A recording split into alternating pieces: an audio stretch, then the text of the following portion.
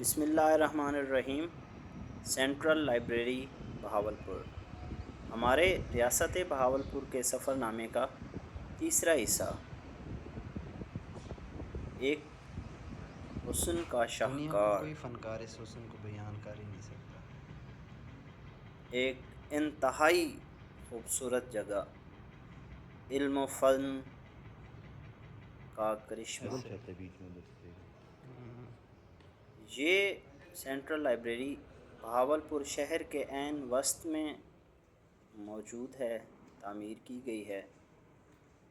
20ویں صدی کے اوائل میں نواب سر صادق پنجم نے یہ لائبریری تعمیر کروائی۔ ہم نے اپنے نور محل کا جو ہمارا ڈاکیومنٹری تھی اس کے اندر بتایا تھا، اور وہاں پہ جو ہے اس میں اس کی پکچرز بھی لگی ہوئی تھیں، اور جو کمپلیٹ ڈیٹیلز بھی وہاں پہ لگی ہوئی تھی، بورڈز لگے ہوئے تھے کہ کس طرح تعلیمی میدان میں نواب سر صادق پنجم جو تھے یہاں سے اوپر انہوں جانا نے ہے۔ بہت بڑے کام کیے، اور پوری جو ریاست تھی، ریاست کا نظام تعلیم جو تھا وہ انہوں نے تبدیل کیا، بدلا، اور اسی سلسلے میں انہوں نے بہاولپور میں یونیورسٹی بنوائی، جو اسلامیہ یونیورسٹی بہاولپور کا پرانا حصہ ہے، وہ اسی دور میں بنا ہوا ہے۔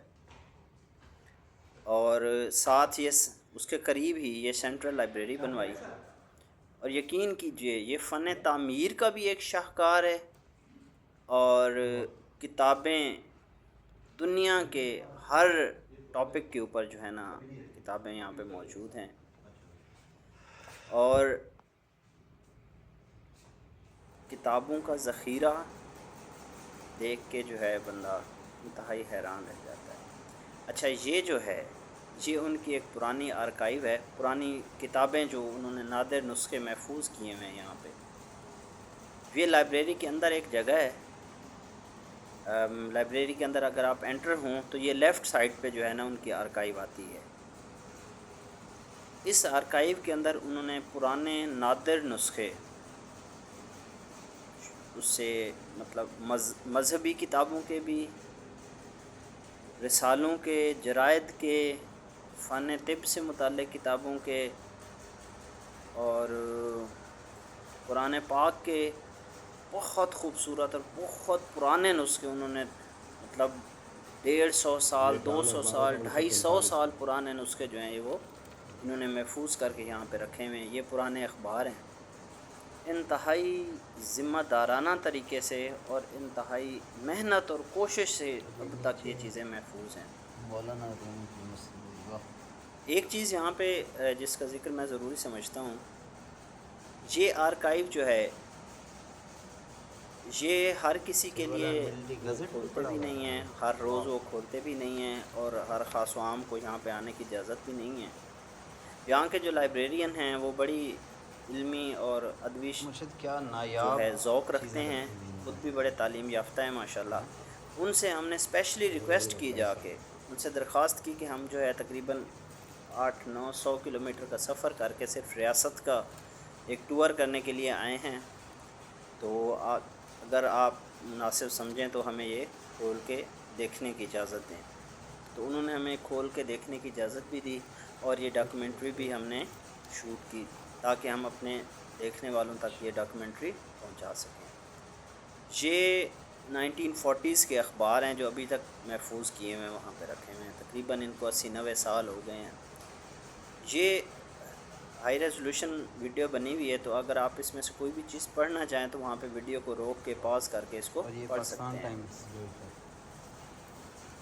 یہاں پہ میں تھوڑی سی جو ہے نواب سر صادق پنجم اور ریاست کو جن خطوط پہ وہ استوار کرنے کی صحیح کر رہے تھے، کوشش کر رہے تھے، اس پہ بات کرنا چاہتا ہوں، یہ ڈیٹ ہے کیونکہ 11 فروری ریاست کے اندر جس وقت ہم 1947 پھرے، یہ اسٹیٹ فروری 1947 کا اخبار ہے، اس کے اندر 14 اگست کا بھی 1947 کا بھی تاریخی اخبار پڑا ہوا تھا، وہ بھی ہم نے یہ دیکھا، پرانے وہ اور پڑھے ہیں۔ وہ دیکھ کے پھر میں جذبات پہ قابو نہیں رکھ سکا، تو ویڈیوز کی نہیں آ سکی ہے یہاں پہ۔ یہ فیومیگیشن چیمبر ہے، یہاں پہ زیادہ فیومیگیشن مطلب چیمبر کا کیا 200-300 مطلب ہے؟ سال پرانی کتابیں جو ہیں یہاں پہ انہوں نے کیمیکل اس کی فیومیگیشن کر کے یہاں پہ اندر ان کو سیو کیا ہوا ہے، محفوظ رکھا ہوا ہے۔ تو میں بات کر رہا تھا نواب صادق پنجم کی، اور ریاست کو کن خطوط کے اوپر، سبحان اللہ، حضور پاک صلی اللہ علیہ وسلم کی طرف سے لکھا ہوا خط کے جو ہے یہ عکس ہے، اس کا ایک کاپی ہے۔ نواب صادق خود بھی کافی عرصہ جو ہے وہ برٹش اس میں یو کے میں رہے، وہاں پہ انہوں نے تعلیم حاصل کی، وہاں پہ ان کے سارے جو ہے سیوکس کو سمجھا، شہری نظام کو سمجھا، اخلاقیات کو وہاں پہ سمجھا، بڑا انہوں نے اچھا وہاں پہ۔ پھر وہاں پہ بہت سارے لوگوں کے ساتھ ان کے تعلقات تھے، جو برٹش رائل فیملی تھی ان کے ساتھ ان کے ذاتی تعلقات تھے، وہاں پہ اس میں بکنگھم پیلس میں بھی وہ کافی عرصہ رہے نواب صادق۔ اچھا، وہاں سے یہ قرآن پاک کے کتنے خوبصورت اور نادر نسخے یہاں پہ پڑے ہوئے ہیں موجود، اور یہ سارے ہاتھ سے لکھے ہوئے ہیں، انسان کی عقل دنگ رہ جاتی ہے اس کو دیکھ کے، اتنا یہ خوبصورت ہے۔ تو نواب صادق جو ہے وہاں سے ان کی جو برٹش انجینئرس تھے اور جو بھی پڑھے لکھے لوگ تھے وہاں پہ ان کو ریاست بہاولپور میں لے آئے، یہاں پہ ان کی خدمات حاصل کی، شہر انہوں نے پورا ڈیزائن کروایا بہاولپور کا۔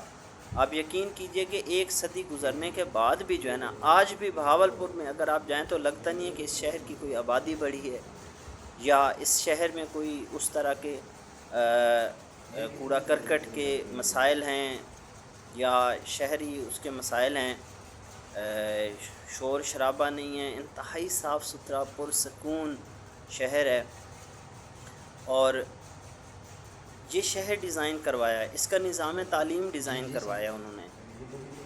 یہاں پہ آپ حیران ہوں گے کہ پورے پنجاب میں گرمی ہوتی تھی لیکن بہاولپور میں اس وقت گرمی نہیں ہوتی تھی۔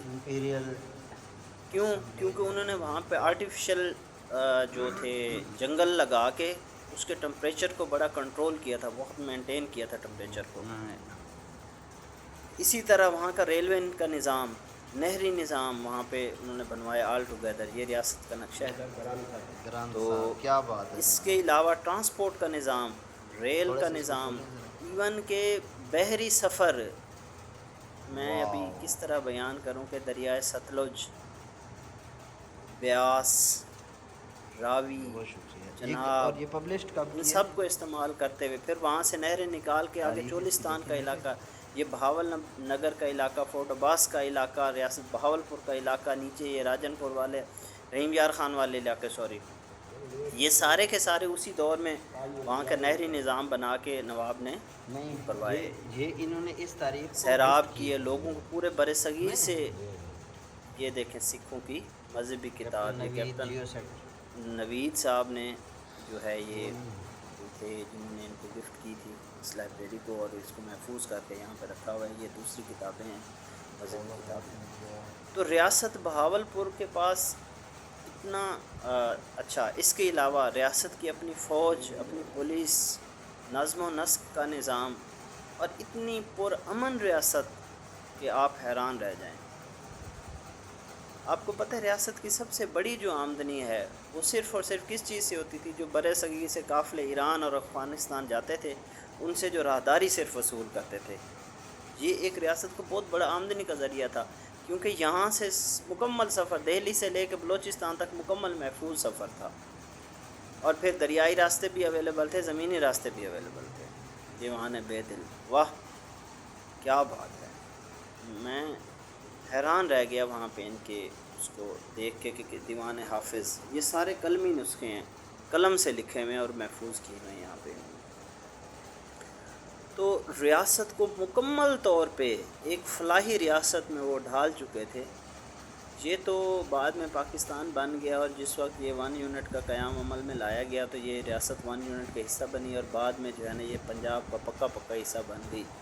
کن وجوہات کے اوپر اس کو بعد میں صوبائی خود مختاری نہیں دی گئی اس کا مجھے پتہ نہیں ہے، اور شاید پتہ نہیں ہے تو میں مناسب ہی نہیں سمجھتا کہ اس کے اوپر بات کر سکوں، لیکن میں یہ سمجھتا ہوں کہ اگر ریاست اسی طرح چلتی رہتی، حیات الحیوان، یہ دیکھیں یہ جو ہے مسند امام حنبل،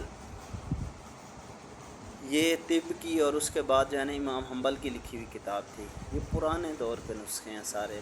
مجھے بڑی خواہش تھی کہ اس دور کی کتابیں دیکھوں، اور میری یہ خواہش جو ہے یہاں پہ جا کے قرآن پاک کا قدیم نسخہ تو میں ریاست کی بات کر رہا تھا، اگر یہ اسی طرح چلتا رہتا، یہ راشد صاحب انتہائی انہماک سے کتابوں کو دیکھ رہے تھے، اگر یہ چلتا رہتا تو ریاست مکمل طور پہ ایک فلاحی ریاست میں ڈھل چکی ہوتی ہے اس وقت۔ یہ شجرہ مبارکہ سلاسل طریقت، اہل طریقت جو ہیں ان کے لیے یہ ایک بہت بڑا ڈیٹا بیس مرتب کیا ہوا ہے، بہت گائیڈنس یہاں سے ملتی ہے۔ میں نے یہ سلسلہ ہاتھ سے قادریہ پورا کی قرآن دیکھنی پاک تھی لکھا ہوا تو میں نے یہاں سے ہے۔ واہ، دیکھی ساری۔ اچھا، یہ پھر اس کے بعد جو ہے پوری گیلری میں یہ یعنی یہ جو اوپر والی ادھر بکس منزل ہے ہیں لائبریری اور کی، ادھر اس کی یہ گیلریز کے اندر جو ہے نا یہ سارے آرٹ ورک اور یہ چیزیں لگائی گئی ہیں۔